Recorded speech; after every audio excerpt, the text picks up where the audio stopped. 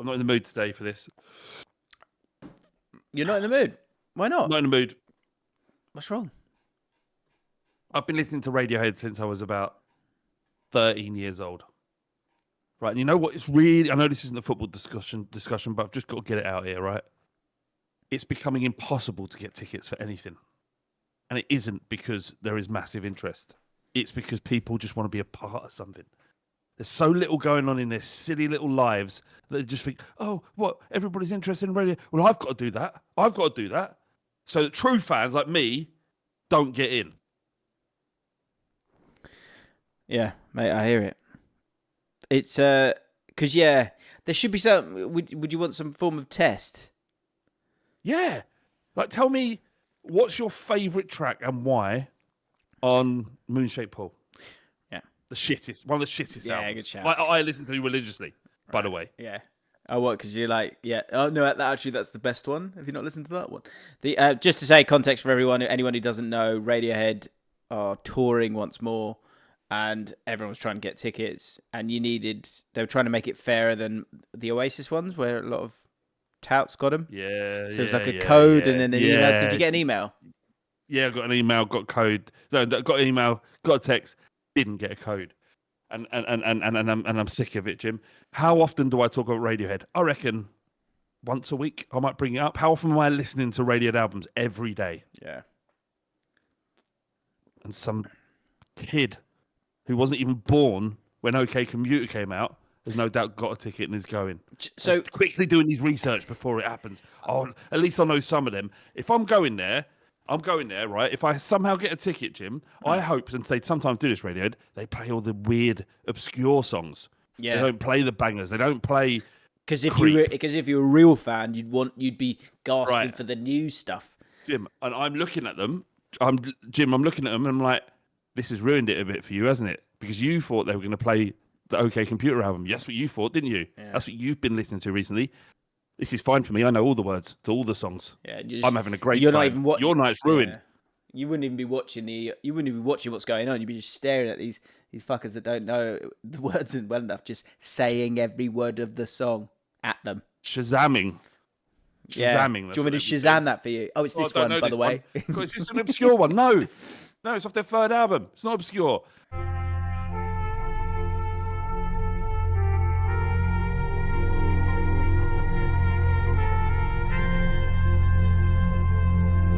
Right, Daniel Levy out.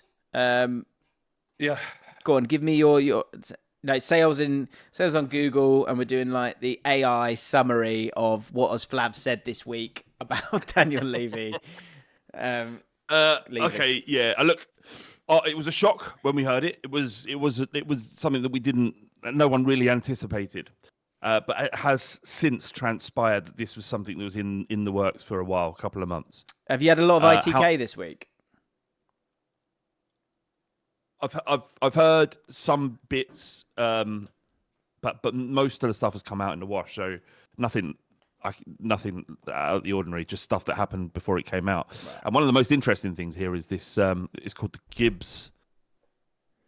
I can't remember the name of the firm that did the review of Tottenham Hotspur. But basically, during the Conte tenureship of Tottenham, the Lewis family got an independent company to come in and review the managerial structure of Tottenham Hotspur. Right.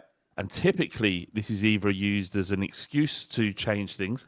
We've been advised from outside that this is what needs to happen. Or it's just due diligence and most of it gets ignored. And in this instance, not a lot of it got ignored, it seems. It seems a lot has changed.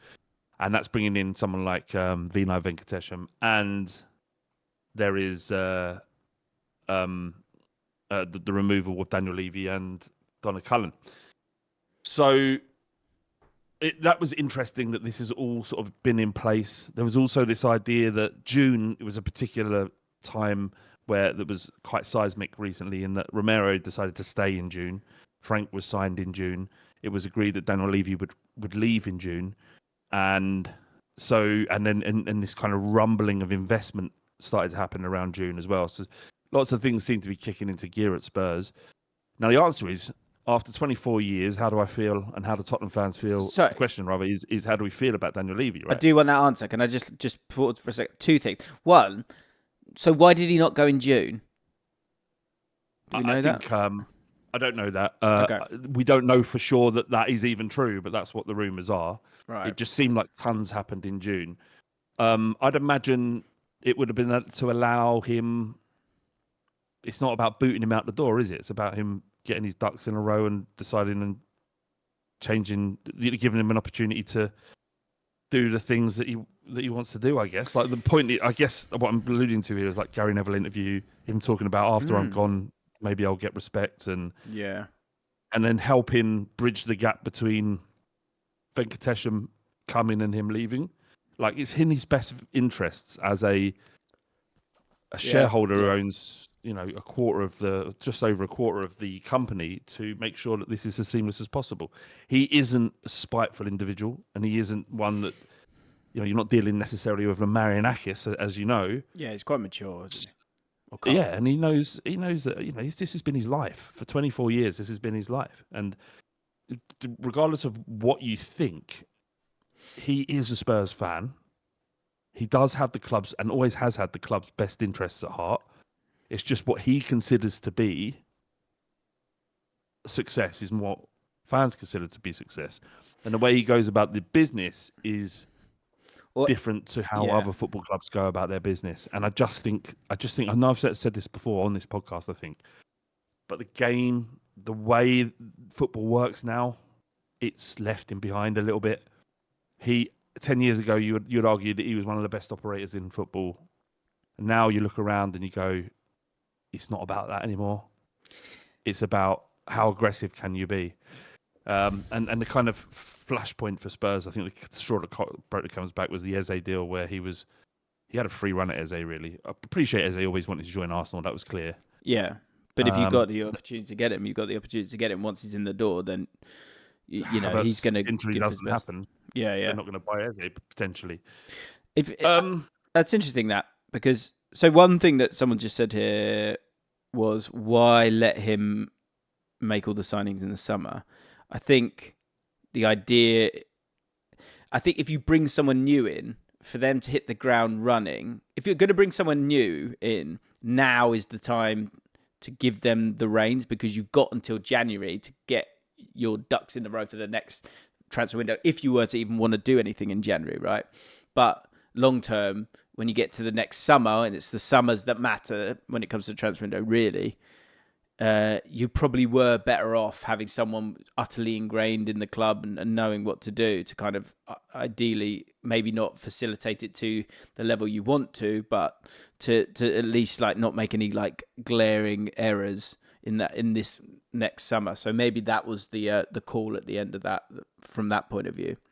I think it's interesting you say that the sort of, you do seem to have changed massively in this idea of being kind of aggressive and assertive as that owner when it comes to transfers.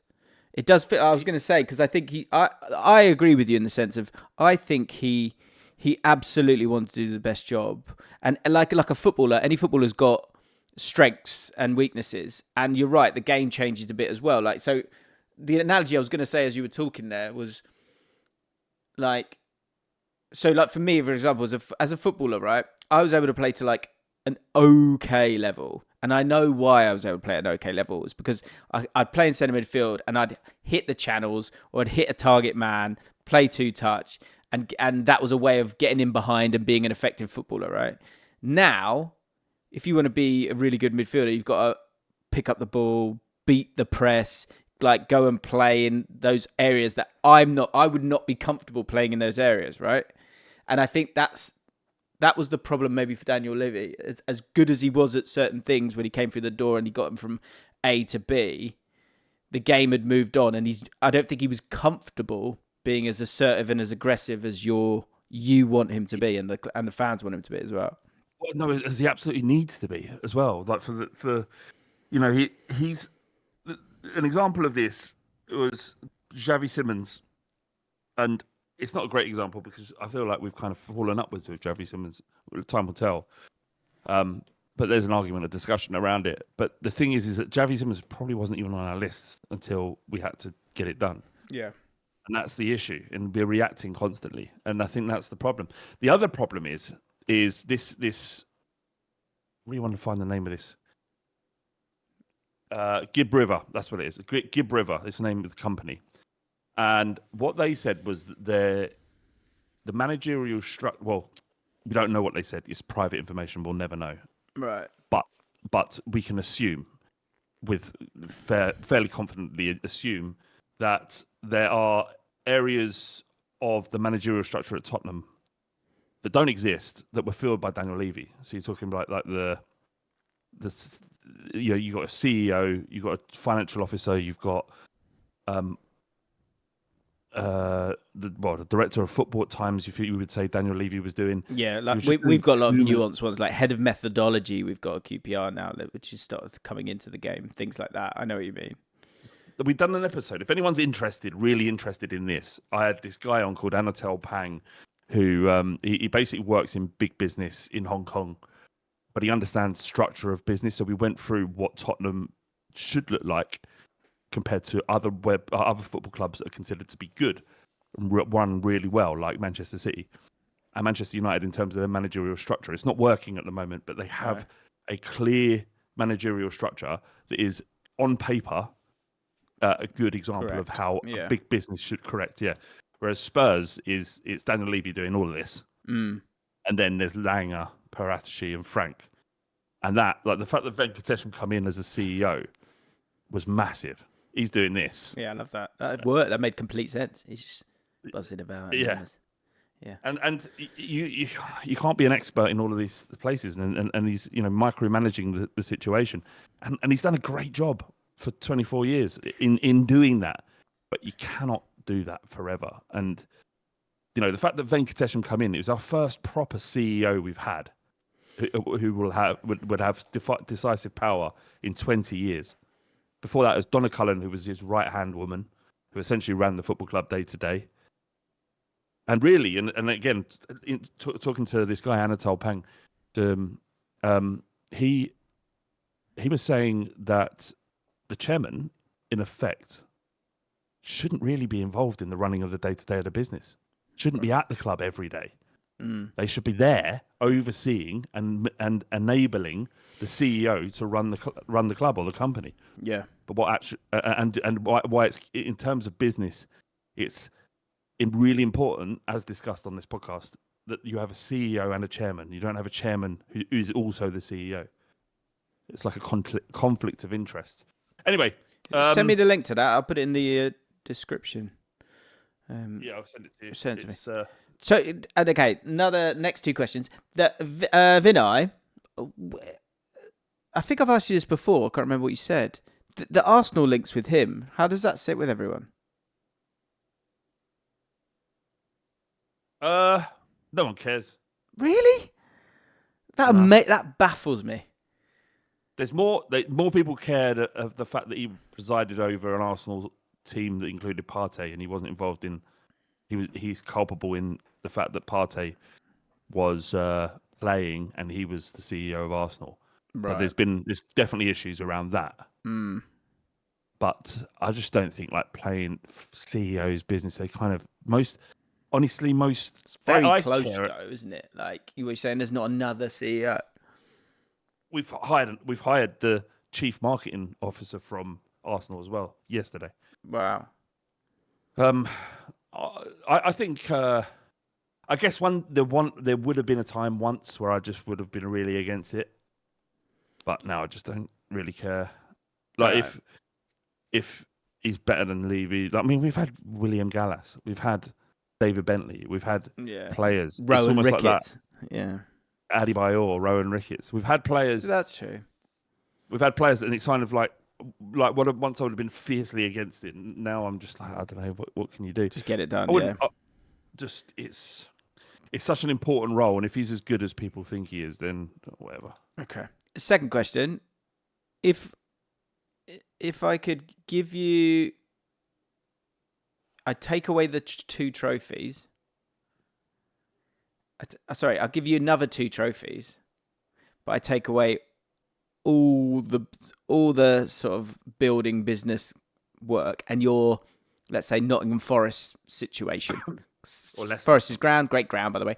great ground, but like, you know, it's obviously behind the cities and the, you know, how far everyone else has moved forward, but you've got a couple of extra trophies. Or we take away all the trophies, but you get to keep everything that he's built from, you know, that financial footing that the club now has, and it is like it's ripe for a takeover, isn't it? Like it is, like in terms of everything you need being set up and ready to go to be, but also being an asset that can grow in terms of success. Like it's so ripe. Which one would you choose?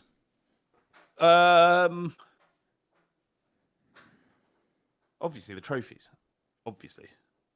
Like nothing changes when your football like being ripe for takeover, or there's no guarantee that anything comes from this takeover or anything changes at all. You remember, you know, like PSR and you know, wages to revenue makes things the landscape's completely changed. So if you're talking about a Qatari investment that would bankroll future success, you can't do it anymore. We've got a good example. We've got a good opportunity for an investor to come in and make a difference more than the Saudis have been able to do at Newcastle, for example, because there's more leeway, more room, more revenue, more money to play with.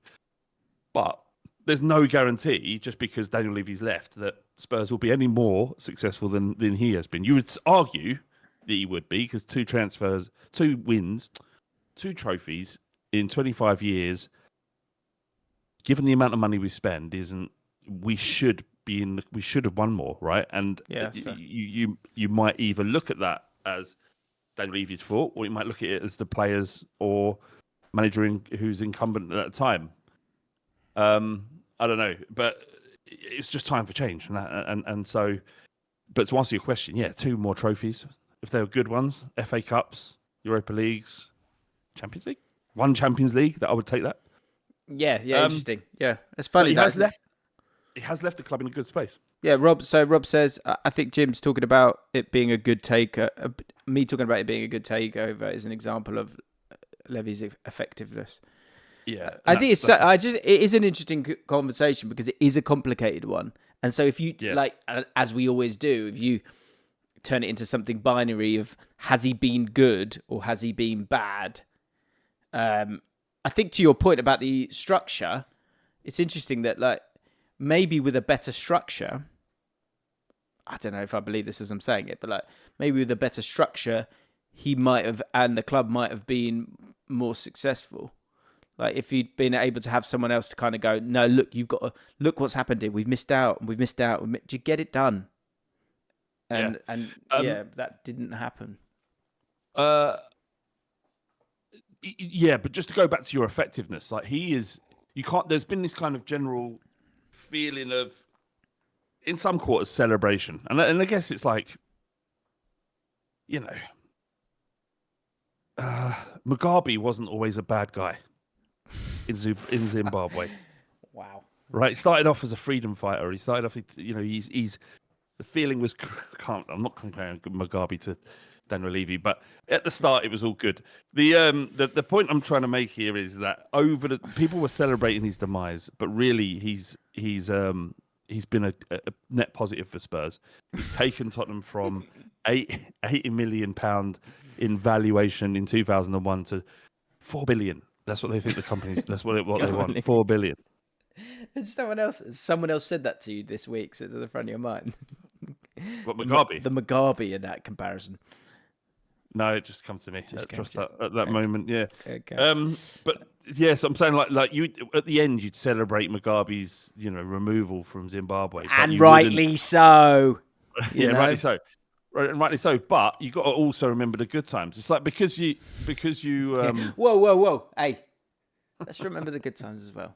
No, let's back away from that. Well, you can't remember that, so you ignore all the good. So this goes back to my. I just don't think it's a good. I don't think you've picked the right one there. I don't think you needed that. Idi Amin? Huh? Idi Amin? He used to chop up journalists at the end, but still. Anyway, look, we're moving past the point here, Jim, and the point is that he's done a lot of good stuff. And he had a lot of good ideas, and we are a different beast because of his involvement and his good management of Tottenham. And while you can be happy that he's gone, you have to respect the fact that he. Tony Blair, Rob said. Better? Tony Blair did a lot of good, didn't it? It sort of they were great years, and then it kind of fell off at the end. That far better. Yeah, probably better than Mugabe for sure. Okay. Well, I know it would be. Who's the guy? Remember we talked about this before? Ollie will know. He got cancer, but then he rode a bike. Lance Armstrong. Lance Armstrong.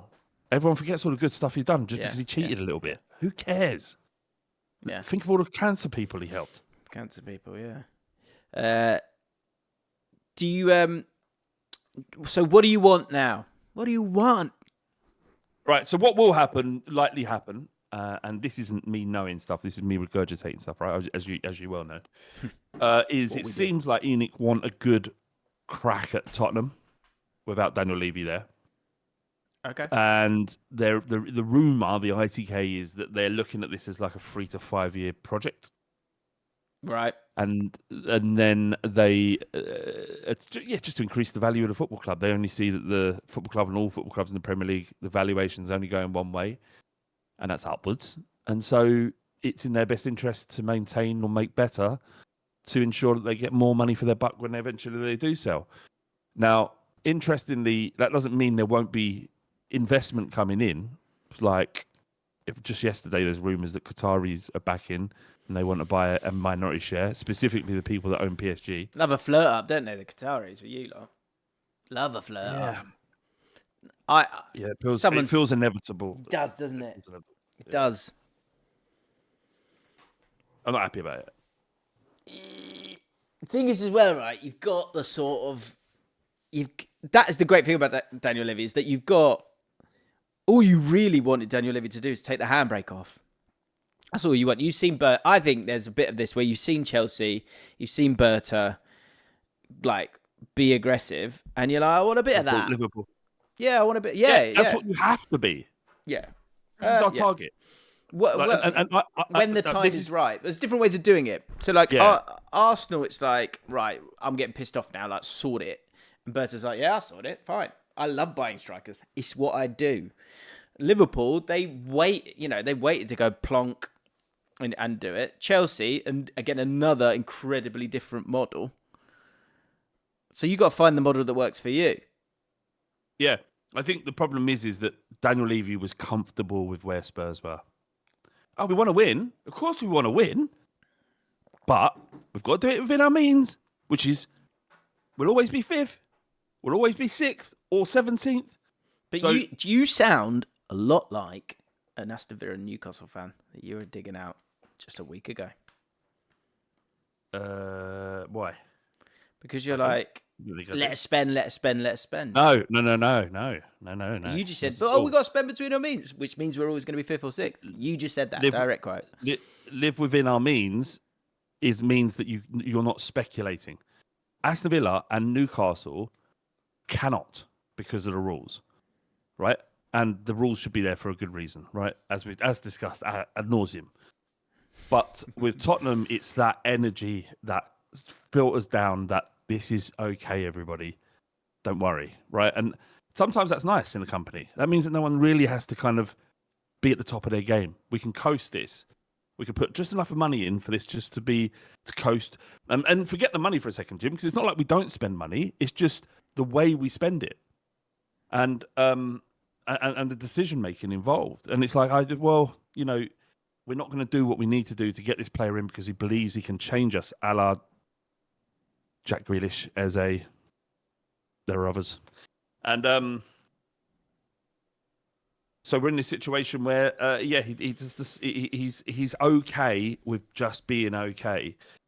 And as a chairman, that's fine. And as a club that's happy with its role and its position, that's fine as well. But you want a bit of disruption. You're gaslit into thinking that you are a big club. Your chairman's going, well, we're going to pay you. You're going to pay the second most expensive season ticket to come in here, but we're not the second best team, are we? We're never going to be the second best team. But at least, forget about it. Look at the stadium. Yeah. Yes. You can get a pint like that. I've been in this stadium 100 times, Daniel. Yeah, I think also like your world. That's life, isn't it? You know, I always think about this thing. I remember reading how your personality is often 3 years behind your reality, and so when you then kind of but you've had that 3 years, you've caught up with. So for fans, you've come in. Oh wow, this is so, I can't believe it. We were just over there, and this is so exciting. We're just happy to be here. Or like a newly promoted team goes up and goes, I can't believe we're in the Premier League. I can't believe we stayed up in the Premier League. But then after those 3 years, your personality kind of catches up with the reality of like, hang on, no, we are here.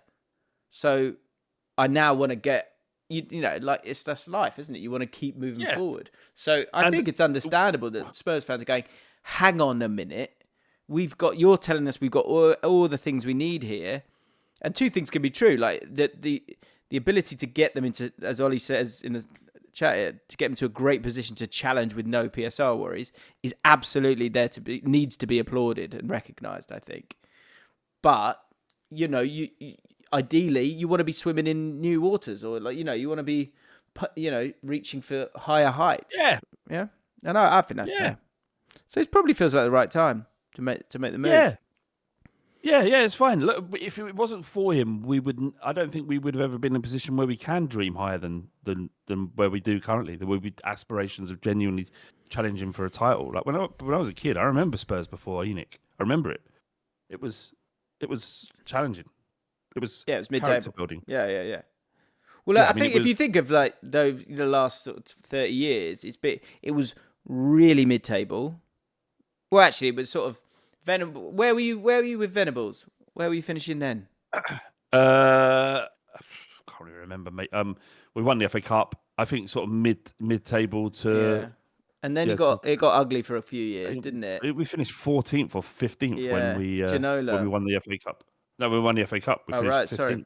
I remember. Yeah, but even with Ginola, I remember like you weren't great, were you? Like so, Ginola would have been like Jerry Francis, George Graham. No. Absolutely not. Average. Like we won a League Cup in '99, but I would say from 90, we finished above Arsenal once in '94, '95 when we had Klinsmann. Yeah, and they had Bruce Rioch. Yeah, I think the point is how do you know where we finished? How do you know that? See, this is the thing, right? You know, we're like Liez knows all these like different players and things like that. That's because that's his era. This is my era. So I know you finished 7th. Because I think we finished 8th. But anyway, the point I was going to make. Spurs finished 3 years ago. I couldn't tell you. So yeah, I'm the same with QPR. I've got these blind spots from about, I would say 2014 to like, I guess 2008, something like that. Anyway, the point I was going to make about Spurs was that the band that you were in was this sort of mid-table band, and Daniel Levy has taken you into that 3rd to 7th. I know we finished 17th last year, whatever it was, but like band generally. And now it's time. Now it's time to try and step into the next band, isn't it? Where you're sort of you're 1st to 3rd every week. That's every year. That's the dream. That's the dream. Daniel Levy's out. Ange is back. Isn't that incredible? But win it. How do we feel about Ange back? I'd love to know. I'm glad. I'm glad he's back. I'm glad he's back. I really wish him well. There are some fans out there that don't wish him well. Really? Want him to fail. Yeah. Spurs fans. Yeah, I can't really get it. I mean, there are some people like in WhatsApp groups. It was this kind of online thing. Like, I'm Ange out. I've been Ange out for ages, and now whenever he's mentioned, he's the muscles. It's like a sort of twitch. You kind of like you sort of recognise and so you're angry. Maybe that's it. Yeah, like and it's not even our manager, and you're still getting irritated by him. Yeah. I don't understand what's going on, but I really liked Ange. I liked him a lot, and I was, as you know, I defended him when it was almost indefensible. So I'm glad that he's got another shot at the Premier League. I'm amazed. And he has to. Jim. You didn't think he'd get another shot at the Prem? No, I didn't. Really? That's interesting. He's not very good. He wasn't very good. Well, we'll find out, won't we? Because that's a good squad. That Forest squad, I did a video earlier in the week looking at it and how it might work. And there are problems. There are concerns if he does go full on Ange mode. But I watched his first interview, and he was saying that people think I can only play one way. And he's sort of disputing that somewhat. Mate, what? We're not. Do you understand why people think this, Ange? Why people think this is because you said this over and over again. This is who we are, mate. This is who we are, and this is the way we play. And I'm not going to change. This is it. And if it fails, it's on me. So I'm not saying he can play another way.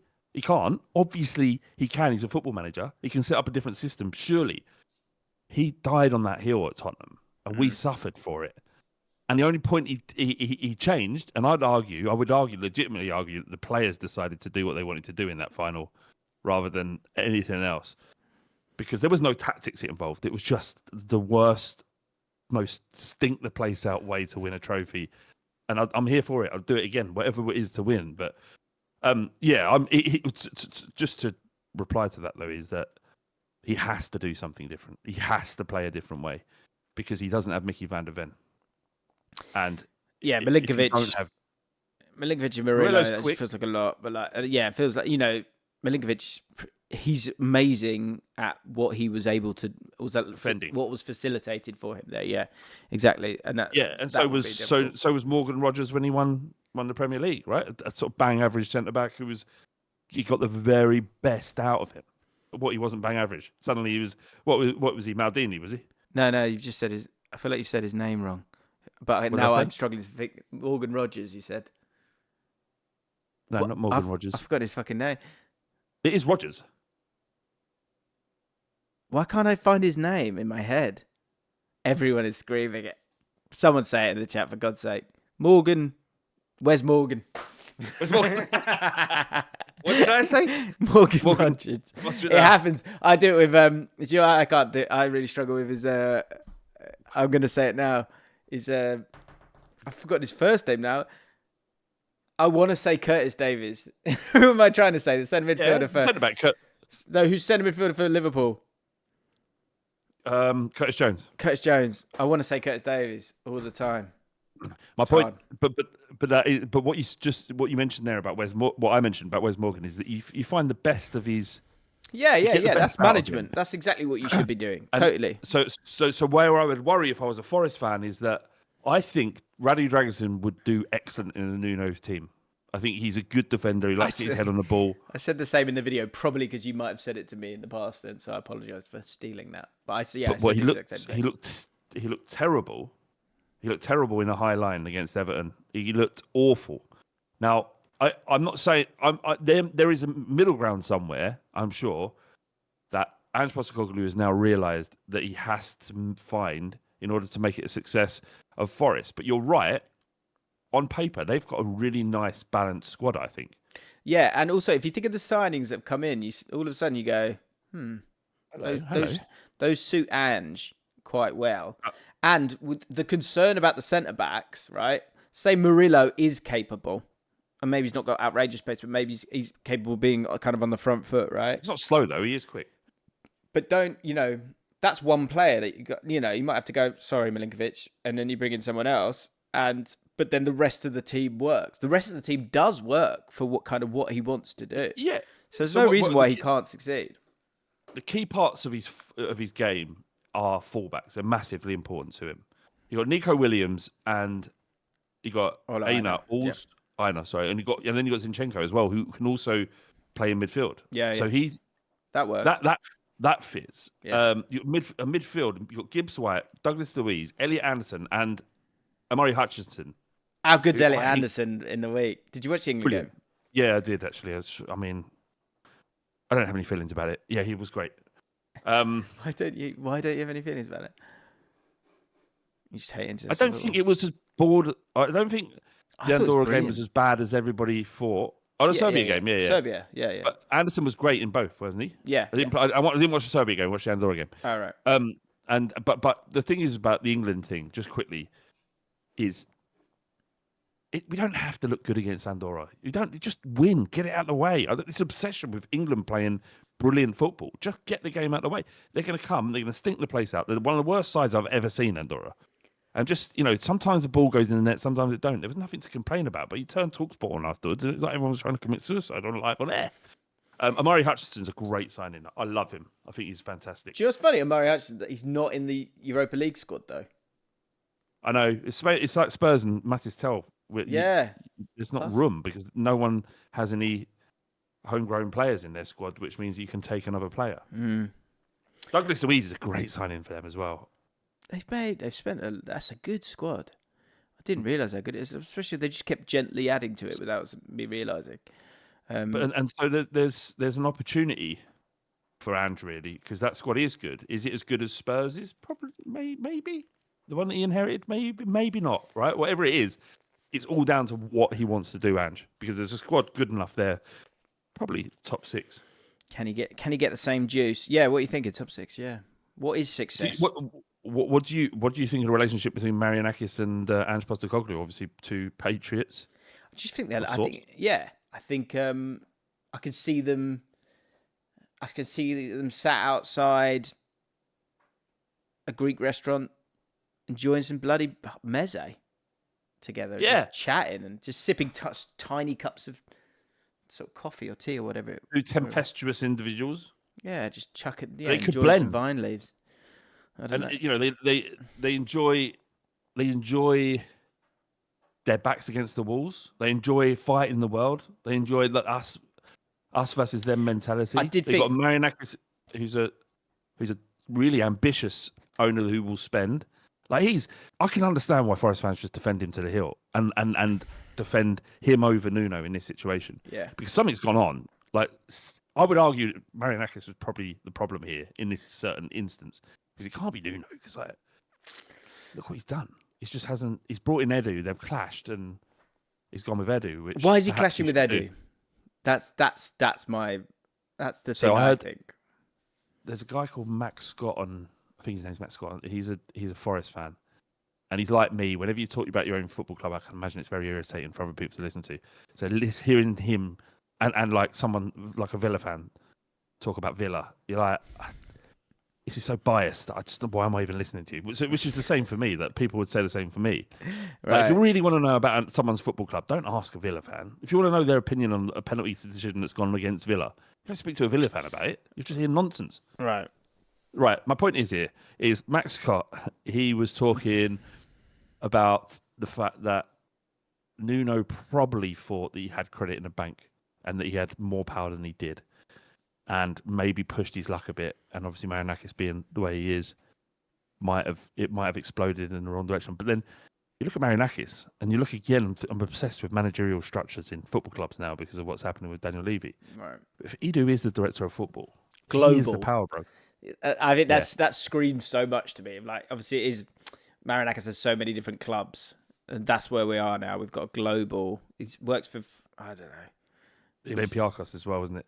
Yeah. Another couple of others. But it's Forest will be the main one because it's a Premier League club. Guess so. Now, in this managerial structure, I think there's an understanding from people or a belief that the coach, the head coach or the manager he's the main guy in a football club. But that just isn't the case. Mm. And arguably the main guy should be the director of football. He is the one that will bring you success, ultimately. He's the one that hires and fires coaches and organises the scouting team in order to bring the players in. And it's the director of football, in this case, Edu, who is the power broker and not the manager. I think I agree. It depends on the status of the coach.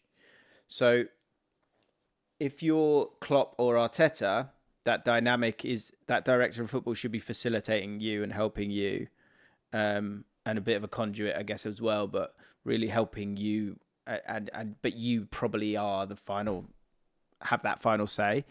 But I think you almost, as a manager, your status gets pumped up the longer you're there, the better you do, right? Well, I mean, hasn't Arteta's title changed to manager? Is that right? Yeah, I think that happened pretty quickly. But so for Nuno, I think that's maybe where there could have been a problem, right? So you've got someone who I think initially when he steps in, let's say Gary O'Neill steps in.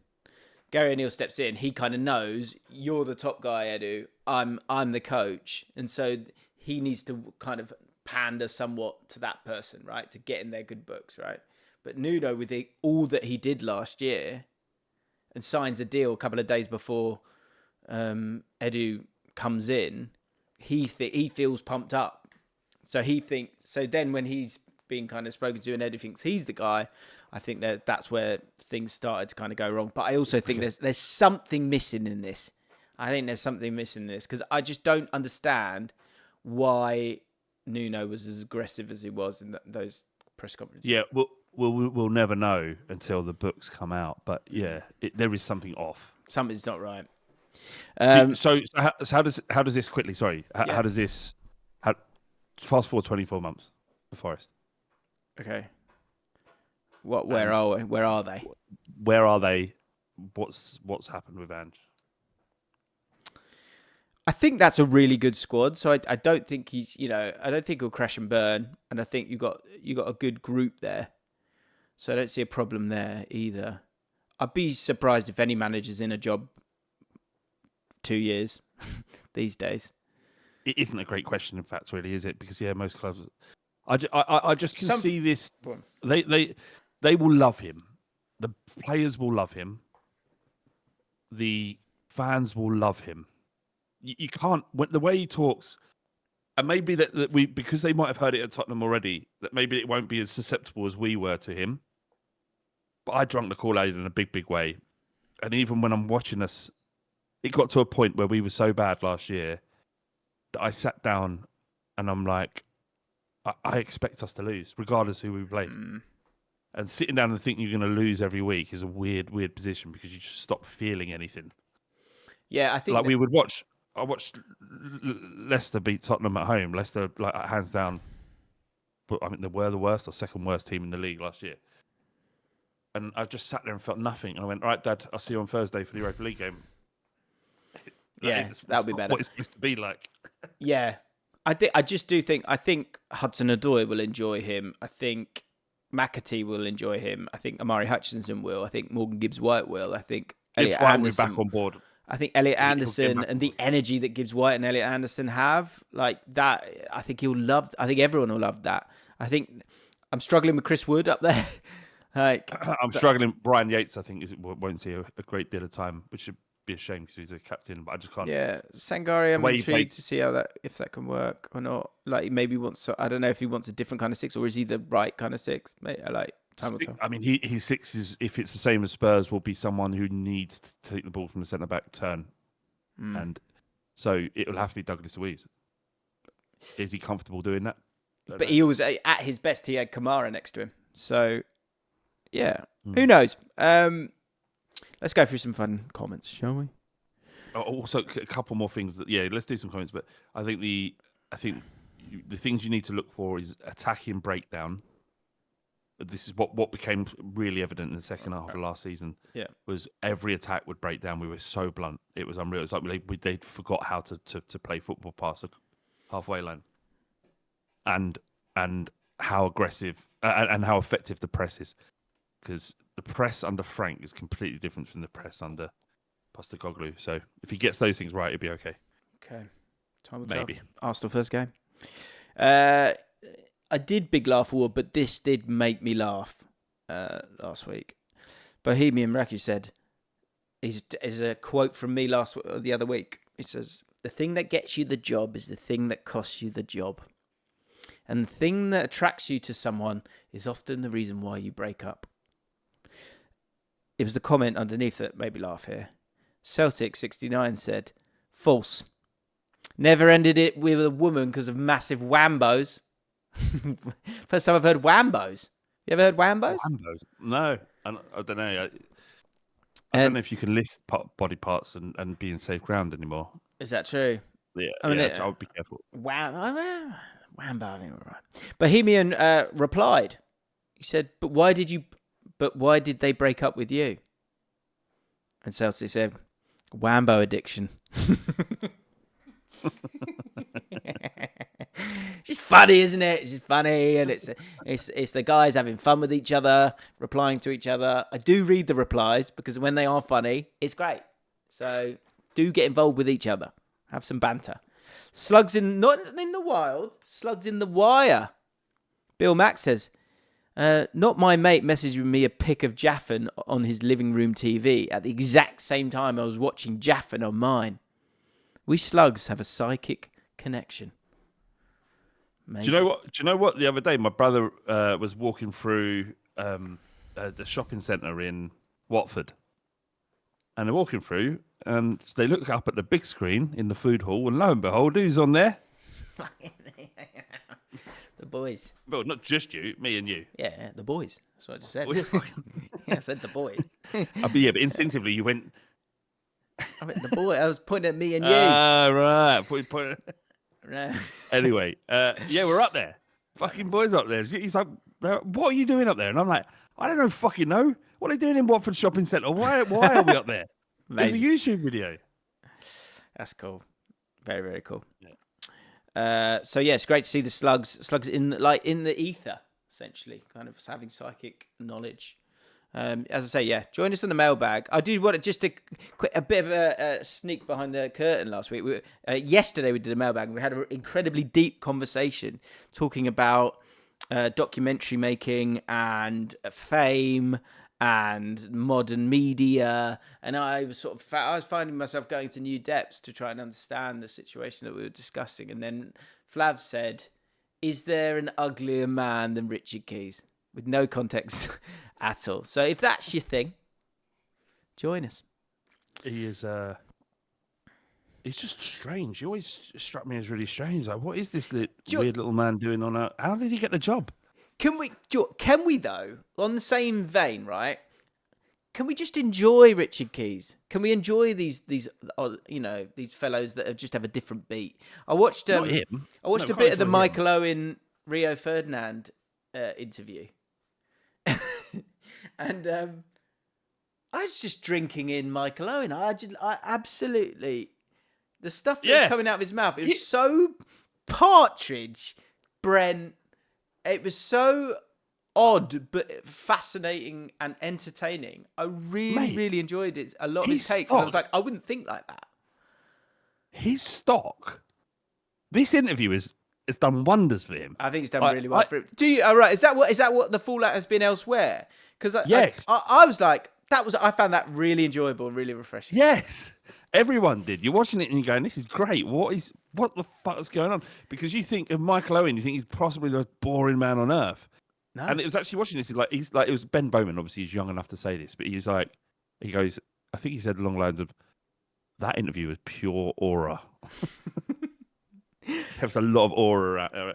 And he's kind of become a bit of a joke, about kicking the apple core in the bin and all that. Shut up! What a weird thing to say. Anyway, yeah, and you know what? I make him right. He was better 17-year-old than Wayne Rooney. I was going to say, I did have it in our running order. I think that, and Mikel Owen is. I think what was good in that podcast format was that there was an honesty, in the sense of he was like, I was on the decline at 23, and he was you knew it. You couldn't, in reflection, it's easy to say it with hindsight. You were sort of hoping to grab that Mikel Owen from before. But as someone old enough to see him when he was 17, 18, he was electric. And he was better than Rooney at 18. He was. People don't want to hear that.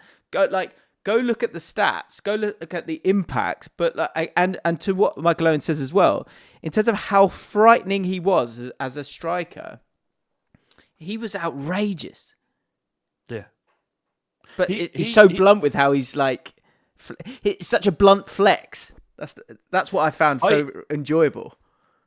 Yeah, I mean, this isn't the first time I've kind of been exposed to Mikel Owen in this sort of being very blunt and open about himself. And he obviously still, he does have a high opinion of himself. But he did an interview. I think it was High Performance, something like that. I can't remember whose podcast it was. And he went through his career and he talks about Rooney and he talks about Fowler and stuff. And he's just saying no one could touch me. I'm incredible. And I ask you a question, Jim, is that do you think he was mismanaged, or did he have no choice? Because he was the best striker in England. So at 17, 18, he was the top goal scorer in the Premier League. Yep. And like you said, by the age of 23, his muscles were going, his hamstrings were so going. So there's a deeper story there. I'm slightly ashamed to say it, and it's the only autobiography I've ever read where I dislike the person more after reading it, because normally you kind of hear their side and you go, actually, he's just a little scamp or whatever. I actually just like, but to that point in the written, like you more now. I liked you more before I read that. Look, your own book. But this is my point: is can we not let's just accept that he's got a different beat, and actually you can enjoy him for what he is, and I think that's what that interview was able to do. But what he did say and is honest about is the fact that basically he snapped his hamstring, which happens, but I think he was a victim of the times in the sense that he went to go have some operation and they basically stuck it back together and thought it would be okay. Whereas they now know that you would have to change in such a, so you'd have to change it so much. So I think it was one where back in the day on shit pitches, his hamstring probably wouldn't go because he couldn't get his feet going. Whereas now, the pitches were then getting better, but the sports science probably wasn't developed enough that when you're playing on a carpet and you've got the zing that he had, and he was so fast, when it goes like that, you needed the technology of now where they would have been more careful with him, I think, prior to it. And it was also one where tactically the shape of a team was different. So those, like I was saying to you right at the start, those balls in behind, things like that, he's just dynamite for something like that. Whereas it's very rare now for you to kind of be through on goal like that and be able to use that pace the way that he used it back then. So I think maybe I wonder in the modern era though. I guess my question was I appreciate that the pitches are the way they were and they just didn't have the technology. But they're also, you've got to protect the players a little bit as well, because you cannot maintain the kind of player he was at 17. He would never have been able to do it at 30. Same style of play. But Lamar's playing, this is what I mean though, Lamar's playing an outrageous amount of games. Right. Saka's played an outrageous amount of games. Right. So I think, I don't think it was mismanaged. I think he was mismanaged, but in the sense of the medical care that he got, that's what hurt him. And I guess, yeah, you're right. Maybe, here and there you should have taken him out, but he was too good to leave out. I think that's the problem. Yamal, you're not going to go, look, mate, you're 18. We're just going to let you go away for 3 weeks. They just don't do that. You can't, and the managers are going to go, I need to play him. They're not, the manager isn't going to be there in 24 months, like you say. Yeah. So that's something that, I don't know. I mean, there's a balance, isn't there? Because some people, I've heard this from a lot of ex-pros recently, actually, but they're saying you're not allowed to take a bag of balls out and go and strike some more balls now because they're worried you're going to get injured. So things like that are getting in the way. So there's a balance, I think. Could I just bring up something that sort of passed me by because I'm just browsing the comments here. Why keep mentioning bag? Mentioning bag? Yeah, the white stuff. It keeps coming. People keep bringing it up, I keep talking about it or something. I don't remember talking about it once on this podcast. Oh, you did. Oh, you did it right at the end a couple of weeks ago. What did I do? I don't remember it. Everyone's laughing a second. I have no recollection of what I said at all. And now someone said I mentioned it last week as well, and someone needs to have a word with me. And I'm oblivious to what this is. Go back to maybe not the last podcast, the podcast before. And right at the end of the podcast, you make a joke. You made one joke, basically. Right. That's what it was. Sorry. I just thought maybe I do have an issue with it. I don't know. People do have an issue with this. Ready? Matt Lesnar, maybe. Jim, what's happened to Flav, the guest you have on? And who did you replace him with? He's just comfortably named 4 Burnley players without breaking a sweat, whilst also noting attributes about them all. That's not my Uncle Pooh. No chance. So yeah, just steady with that. We were talking about great. I've called this great jobs. So if you can think of great jobs that work for you in the house, let me know. Because I was talking about the peeling veg in front of the TV and how that's a great job because I'm doing a job, so it looks like I'm doing my bit, but I'm still getting to watch the telly. Remember me talking about that? Anyway. Yeah. Rocky says, the missus leaves me alone to do my chores. And hang on. Oh, here we go. James' comment about sitting down peeling veg while watching the TV is exactly why I iron. The missus leaves me alone to do my chores. And I get to watch every football match, listen to any podcast and watch any film with no interruptions. She'll even do the washing up if it's my turn. Just because I've been ironing all day. probably wouldn't take all day if I wasn't distracted by the football. But that's now my Sunday routine, and I look forward to it every week. Great work. My mate, his wife thinks if he isn't in eye shot in the house, he's masturbating. So if she happens to be downstairs and he happens to be upstairs, she assumes that he's masturbating. I mean, I think there's more to be said there. Why is she thinking that? I don't think that's all on her. I think probably he's been caught a few times masturbating. Yeah. I think how many times you got to be caught for it to be like for that then to be an issue. I'd say 4. Yeah. Yeah. Say 4. Oh, you caught me again. yeah. Once it's like, oh no. But it's something people do, right? Twice you're like, what's going on here? Third time you go, right. I think 3. You're on edge. Right. 3, you're on edge. I think everyone should be on edge. Like 3 times. Be better. I would be like, be better. Figure it out. No. Right. Wait until I'm not in the house. But why? Why? What do you mean? It's just, what? It's uncouth.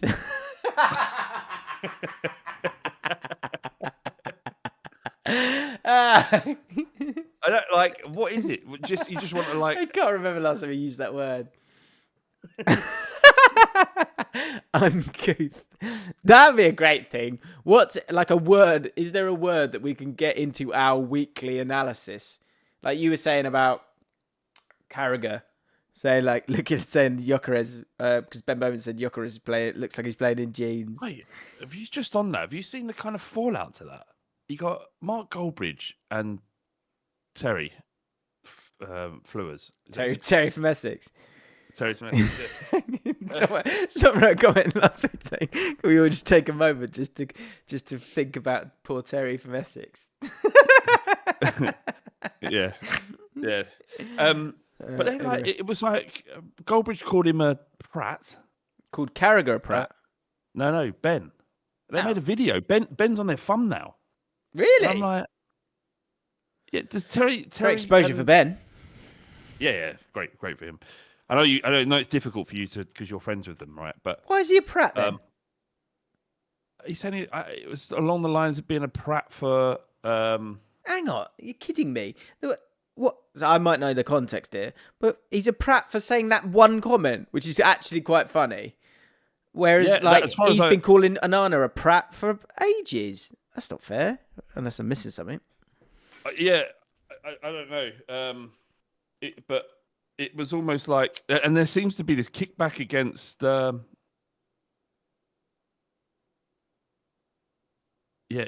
do a lot of reaction to the overlap.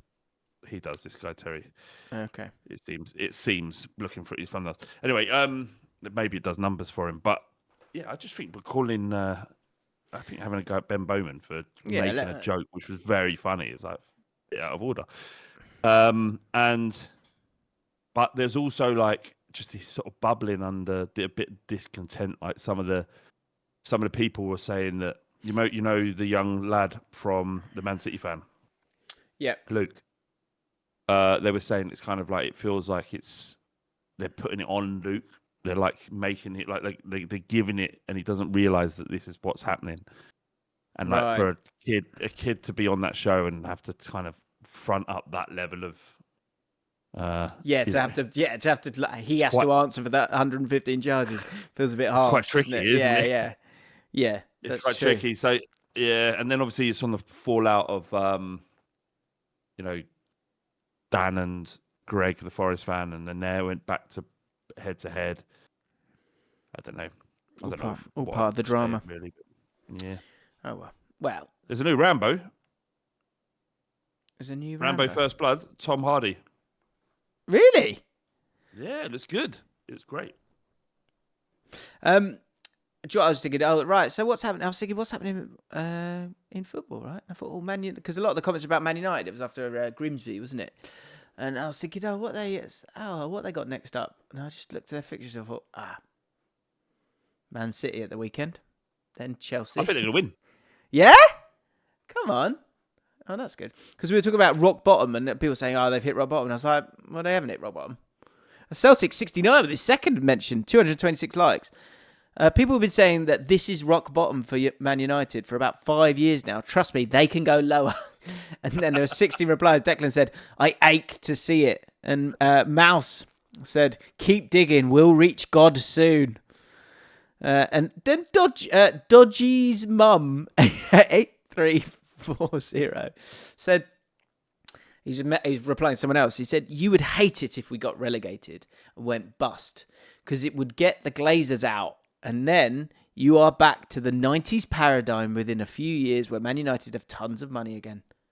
I'm not sure it's that simple. I mean, what do you mean again? You spent fucking shitloads of money. And this is what I'm talking about, is that it isn't about the money. It's about the decision-making within a structure these days. Because really, no one's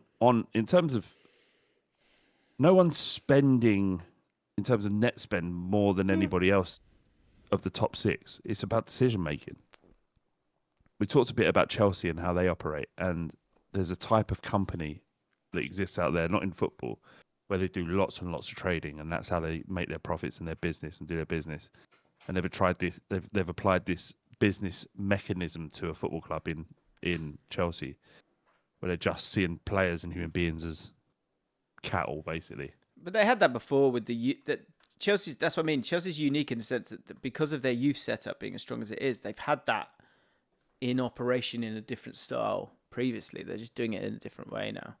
Whereas Man United don't have that. Partner satisfying eye roll. What's the new bit here? I don't know how you feel about this. Louis Evans says, I like to make tomato sauce for pasta on a Sunday afternoon for the week. And because I'm a massive fan of Sopranos and Goodfellas, I simply just call the sauce Sunday gravy whilst wearing a vest in my best New York accent. And my partner's eyes are in constant state of eye roll. She hates it. I love that. This is good. And Chris... Ooh. Well... Chelsea charges. FA hands Blues 74 charges related to agent regulations and third-party investment in players. Chelsea have been handed 70 by the FA. The charges relate to alleged breaches of FA's agent regulations and third-party investment in players during the period of 2009 to 22. Oh, wow, it's a long period of time. Yeah, I'm almost like, fucking don't care anymore, do you? Yeah, blew up my annoying bit. Yeah, mate, if I'm honest, that breaking news. Sorry. Yeah, killed me. Is it worth it? Oh, this is good. Chris Gord. Right, listen to this, Flav. Concentrate. I'm listening. I know we're an hour and a bit in, so we'll finish off this. Things my partner finds annoying. When I'm eating toast, the amount of slices I have could vary. I'm only human. For that reason, so what do you think of this? For that reason, I always start with 2, and then place the knife gently over the edge of the sink to avoid any mess getting on the clean marble bench top. Right. For me, it's a no-brainer. I don't waste a bit of paper towel or another dish just to place the knife on, and it's there, ready to go when I go for another slice. Sometimes I will return to the knife only to realise that it's vanished. My partner will throw it in the dishwasher or even place it in the sink that it's delicately perched upon. The only justification being it's gross. So 2 questions here. Is it gross? The main question for me, how many bits of toast do people have? I typically 2. 2 and only 2. I would never go past 2. It depends on what we got in the house. If we're running low and I'm starving, I might have 3. Or I might have a toasted cheese sandwich. Right. Do you ever do that? Toasted, not a toasty. Yeah, just very different. Yeah. So there's a gentle melt on the cheese, but not a strong one. Yeah, ideally get that hot toast and get it on the cheese immediately. You're not really a hot food breakfast kind of geezer, are you? You're more like muesli or granola and yogurt. work shit? No, I've sort of changed. I don't really have breakfast anymore. So, but if I do, it would be like just some scrambled eggs or something like that. Or, but yeah, if I am to have toast, and I bloody love toast, but I don't have it often because I'm trying not to have bread in the morning, or just generally trying not to have bread or breakfast. I would treat myself to 2. I couldn't have 1, just to say. No, one's not enough. When the missus has 1, I'm like, 1? It's just not enough for me. But to go and have, I don't know, you're going back for a 2 or a 3. One thing fam hates, right? Making a cup of tea. And obviously you got to get the tea bags out. And then I'll just put that spoon on the countertop. Yeah. And I think that's fine. She gets annoyed by that. She's like, because I could very easily just go tap, bit of water on the spoon, done. There. Where are we? There. But instead I've just put it on the side and made a mark on the side, which is what Chris was trying to avoid. You do it so that there's no mark. And I think on the edge of the sink is perfectly fine. But also, if you aren't aware of what's come before you and there is just this dirty... That's a great point. Knife. He doesn't have all the information. She doesn't have all the information, so it's not really her fault, I don't think. But once she knows that, it's just annoying her, isn't it? I guess that's the problem. It's not gross. Oh, I'd have to push back on that. Feel free to play this to your missus. It's not gross, but I think is it an eyesore? It's an eyesore. I think if anything, you're trying to kind of keep the whole kitchen clean. Did you see Arteta turn on Eze already? I think he hates his guts. How's he done that? He's only played 20 minutes. Yeah, that's the point. What did he say? Just said he's shit. Did he? He said he should have scored. He should have scored or something along those lines. I just think is that the right way to treat the kid. He's like, when did he say that? Do you mean Tuchel? Do you mean Arteta? No, Arteta after the miss against Liverpool. Oh, right. Yeah, he went. So it should have scored. Oh, right. Oh, sorry. Very last thing. Panic guilt. Have we wasted our money? Is what he said. What? Panic guilt. Last thing. Because they're new bits. I like to get new bits off the ground. Mike in Malibu. When have I had panic guilt, lads? Let me spin you a yarn. Me and my mum used to work at the same office, and every morning we would commute by train. One morning, she woke me in a blind panic, screaming, "Mike, we've got 6 minutes to get to the train. Get up!" We rushed to the station together, and as we approached the platform, the train was already waiting. I burst into a sprint and jumped on the train with mere seconds to spare. As I turned, my heart fell into my stomach as I saw my struggling mother attempting a mad dash to the train. Time slowed down as the doors closed. So does it sound, isn't it? I was going to be the sole reason my mum was late for work, and she was never late. Panic, tick, guilt, tick. That's why you don't run for trains. All right. All right. If you've had panic guilt, get that in. If you've done something really annoying that annoys your partner and gives them an eye roll, let me know about that as well. And that's it. And join us for the mailbag. More Richie Keys chat. We've done it this week, haven't we? We've done it. Going back. All right. Nice one, Jim. All right, mate. Right. Goodbye, everyone. Speak soon. See ya. Cheers. Bye.